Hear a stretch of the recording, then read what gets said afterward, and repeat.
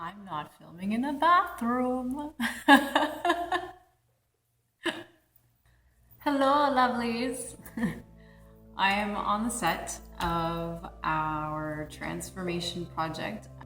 I realized that I haven't really talked about my fitness journey thus far. What I wanted to talk about, I know I did kind of introduce myself in that really awkward fake Q&A once upon a time ago. But it didn't really talk about much about where I've come from in terms of fitness. I was never overweight. I was never fat, if you want to call it. When I was a kid, I was very active. My parents put me in ice skating and dancing. I've always been moving, but I was always well aware of where my body stood in terms of weight, in terms of how it looked.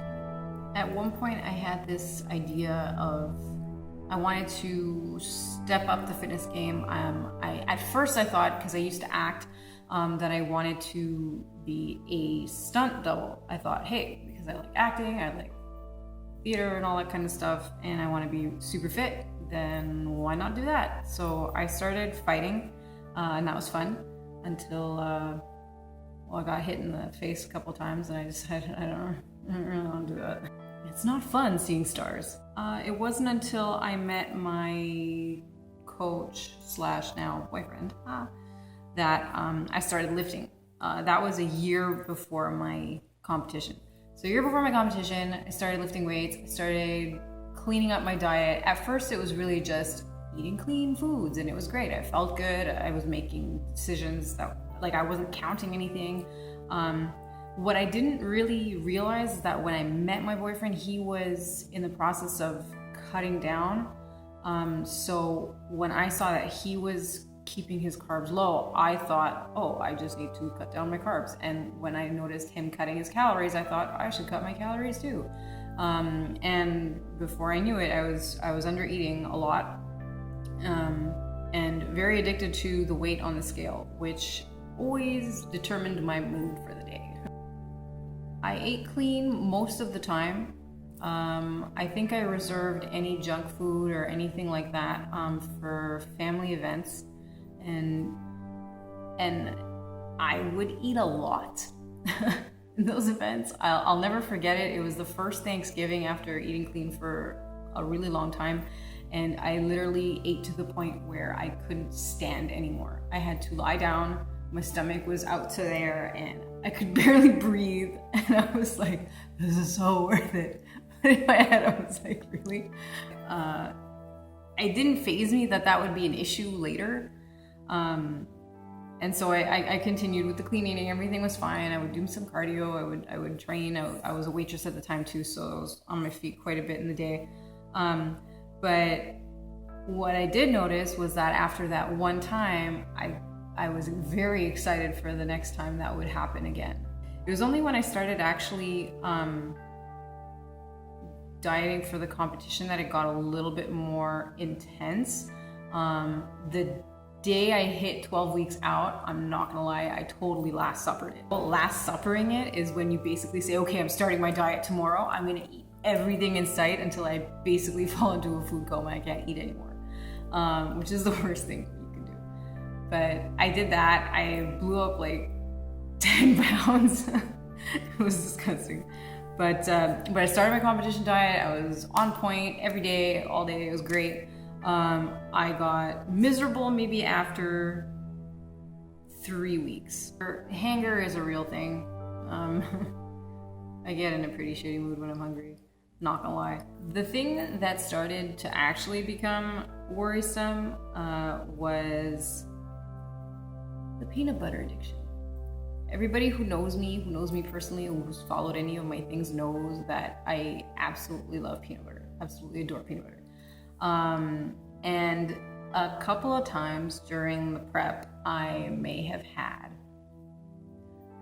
a few extra tablespoons here and there, and a few extra tablespoons, okay, is not the end of the world, but that ended up growing into a jar in a sitting, and that's 3,000 calories.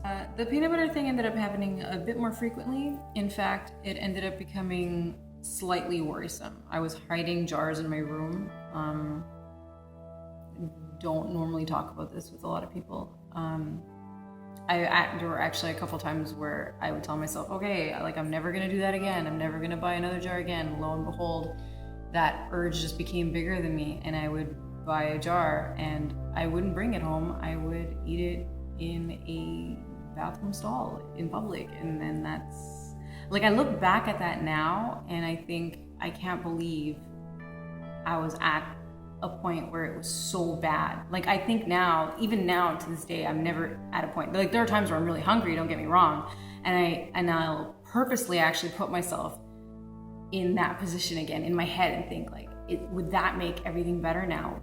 Is that is something I want to do right now? And I'm like, it's never that bad. Now, for those of you who've been reading my blog, you can check out the link in the description box below. It's www.sophiepfitness.com. I did kind of document what was going on in terms of my off season. And a lot of you know that I had a couple of little struggles with the food. Well, what happened was I came off a very restrictive diet and my body just kind of went cray-cray when it came to food. But once the competition was over, I mean, I could have all the peanut butter I wanted, and I did. I went through all kinds of phases. There were copious amounts of peanut butter, there was muffins, I went through a muffin phase, I've been through a date square phase, I've been through all kinds of phases where I would just eat that like all day. Yeah, after the competition, I actually blew up like 25 pounds. I felt like crap. Throughout the winter, I kind of told myself that I would start prepping for April, and that didn't happen. Because the worst thing you can do when you're going through all this kind of stuff is just put more pressure on yourself. Would I say I developed a binge eating disorder? No. I would say that maybe had it gone longer, it could have. I was displaying signs of disordered eating patterns for sure. It didn't end at peanut butter, it ended up being a lot of other things. Also want to just clear up the difference between binge eating and eating a lot of food. I love food, I have a big appetite, and I know the difference. There are times where I will eat a lot, but then there's also that time where the urge to eat is almost completely out of control, and you start eating something and you almost black out. Before you know it, you have no idea what you've actually eaten. You probably haven't even had a chance to taste it, and you're thinking to yourself, what the hell just happened? I tend to be pretty candid with my clients. I know some people say, oh, you're being too personal, but you know what, fuck that. You're nobody's hero by pretending you're perfect. Just saying. I screw up too, and I think that I feel like I can connect with my clients a lot more knowing that, like, I have empathy for them because I know what they're going through. And when I as soon as I see certain habits that I'm like, oh, you know what, I went through that, I address that with them right away so that they don't go spiraling out of control like I did that one time, or, you know. The reason why this project is actually crazy important to me is because when you step on stage, you're supposed to present a strong package, and I know that sometimes we don't feel our strongest because we've been dieting, we're depleted, we're tired, we're dehydrated, etc., etc. We work really hard, and but the purpose of that is to show off our hard work.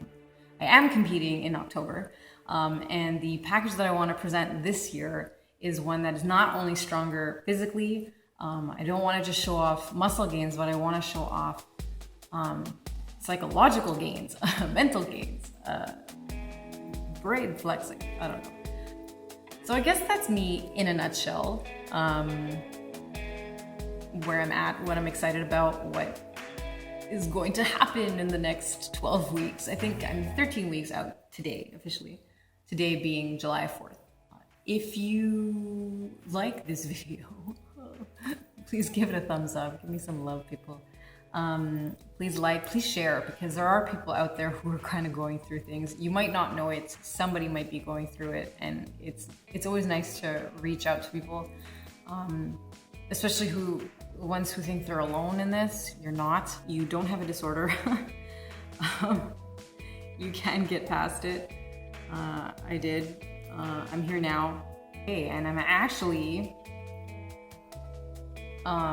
starting to incorporate peanut butter in my diet daily now, which is kind of cool. I'm not gonna lie, it makes me nervous. And if any of you are going through anything like that, please, you can get in touch with me too. I'll put my email in there too, sophie.koto@gmail.com. And let's talk about it. It's not the end of the world. You're gonna be okay. Right? I hope you subscribe.